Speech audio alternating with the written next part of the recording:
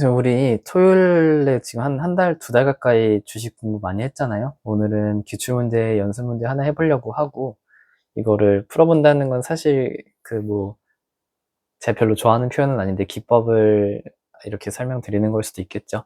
일단 오늘 주제는 그거예요. 증시나 개별 종목이나 고점에서 꽝 떨어졌을 때, 2, 3% 하락했을 때 말고, 10%씩 떨어지면서 뭐 VI도 걸리고, 뭐 사이드카도 걸리고, 이렇게 떨어졌을 때 매도해야 하는가, 매수해야 하는가, 혹은 이 타이밍을, 이 이벤트를 어떻게 주워 먹을 수 있는가에 대한 생각이고, 결론부터 말하면 저는 월요일에는 나스닥하고 코스피를 안 사겠지만, 한 수요일쯤, 목요일쯤에는 살 것 같다. 이게 결론입니다. 일단 제가 오늘 할 이야기들은 100% 저의 개인적인 경험이나 생각이나 이런 거고요.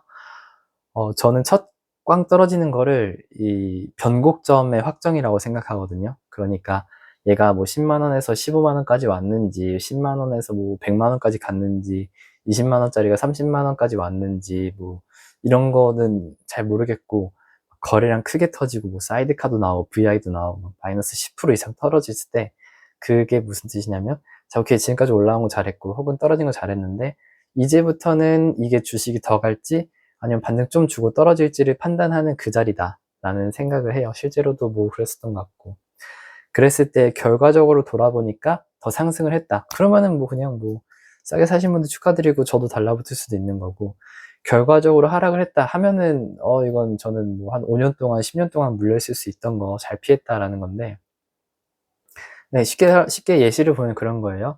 올해 3월 3일 날 그 뭐 유가 어쩌고 하면서 삼성전자 15% 떨어졌었죠. 근데 이때도 첫 꽝이었을 거예요. 와장창 부러진 거. 근데 이때는 뭐 당연히 저는 그날 안 사긴 했지만, 이때는 사는 게 맞았죠. 결과적으로 27만 원까지 왔으니까 20만 원에서. 근데 이게 21년 1월이나 24년 7월처럼 한 3%, 4%밖에 안 빠지긴 했는데, 빠지고 나서 한 막 10%, 20%씩 빠졌거든요. 그러니까 지금 27만 원에 10% 빠진 상태인데, 이게 반등 좀 주다가 여기서 막 2, 30%더 빠지면 이거는 진짜 감옥에 갇히는 거잖아요. 그 중요한 거는, 옛날이야 뭐 한 5년이면 원금 오고 뭐 10년이면 원금 오고 하는데, 저는 이번에 감옥에 갇혀버리면 이거 30년짜리다 생각해요. 물론 20년 만에 끝날 수도 있겠지만, 근데 이게 중요한 게, 우리 30대 이상 40대 50대 분들은 30년이라는 시간이 더 이상 우리한테 긴 시간이 아니에요. 30대 분들이 35이 30년 물려있으면 우리 60살 은퇴하고 연금 받을 때 원금이 온다는 소리고, 40대 50대 분들은 자녀한테 물려주거나, 어쩌면 혹시 60대 분들이시라면은 이거 물리면 죽을 때까지 원금도 못 찾을 수도 있다, 배당받으면서 손절하거나 배당받아서 물타기 해야 될 수도 있다라는, 그 진짜 막 최악까지는 아니겠지만 그 대참사의 순간이라 생각해서, 그래서 저는 좀 위험하다 생각하고. 그리고 두 번째로 제가 첫 광에 안 사는 이유는, 이거 약간 아까 말씀드린 기법이랑 비슷한 느낌인데, 저는 첫 광의 종가를 목표로 매수를 하거든요. 단타를 들어가거든요. 이거 말 천천히 할 테니까 눈 감고 머릿속에 차트 한번 그려보세요. 지금 삼성전자 주식이 30만 원이에요.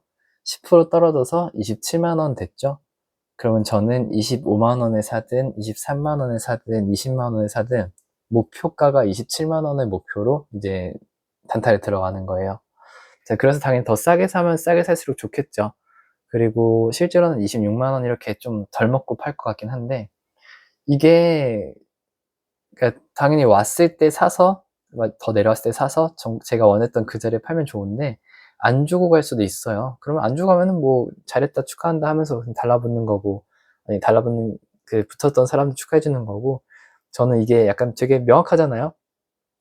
그냥 뭐 괜히 막 27만 원에 샀다가 30만 원 전고점을 뚫고 뭐 팔고 이런 거가 아니라, 대충 20만 원, 19만 원, 뭐 22만 원 사가지고 27만 원을 팔겠다, 26만 원을 팔겠다라는 이 레인지가 정해진다는 걸 너무 좋아하고, 이때 그냥 저의 개인적인 뭐 거래 습관 팁 같은 걸 들으면 저는 분할 매수 안 하거든요.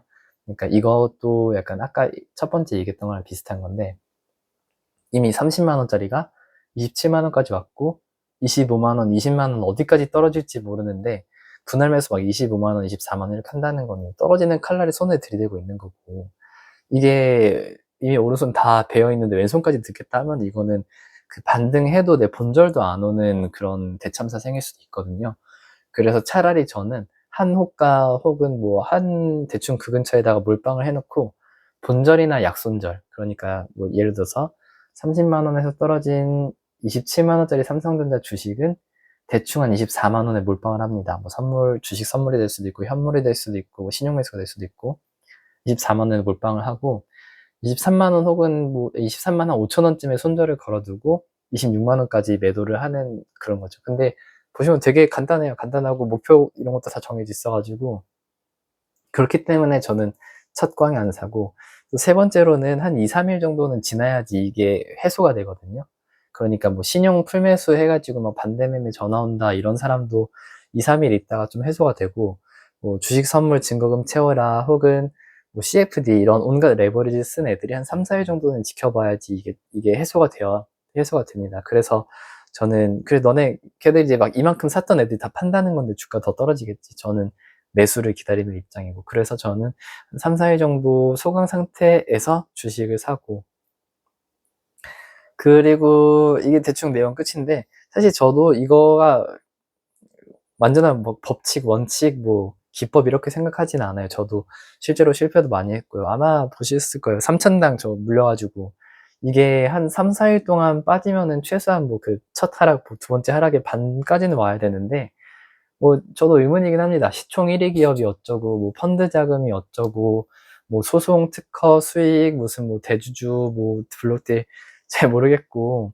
이게 한 3, 4일 지났을 때도 반등이 안 온다는 거는 이미 저를 포함한 투기꾼들이 관심 없고 반도체 하고 아니면 뭐 AI 하고 우주 하러 가가지고 더 이상 살 사람이 없다는 뜻이잖아요. 그래서 저는 복잡하게 생각 안 하고 첫 광에는 피하고 두 번째 광 뭐 한 3, 4일, 2, 3일 정도 기다려 본 다음에 각이 안 나온다. 아니면은 본절에 이렇게 걸어놓고 매도. 이렇게. 그래서 이게 오늘은 뭐 연습 문제라고 했었지만, 하고 싶은 말은 그거 기법팔이 절대 아니고, 리딩방 아니고, 강의팔이 아니고, 하고 싶은 말은 그거예요. 우리 학생 때 뭐 공부 잘하는 애들, 혹은 시험 잘 치는 애들, 공부 안 하고 시험 잘 치는 애들 있잖아요. 걔들 보면은 막 뭐 이론 당연히 이해는 하고, 연습 문제도 많이 풀어보는데, 그 출제 유형이나 패턴을 파악해요. 뭐 숫자 바뀌는 거 이런 거 볼 수도 있고.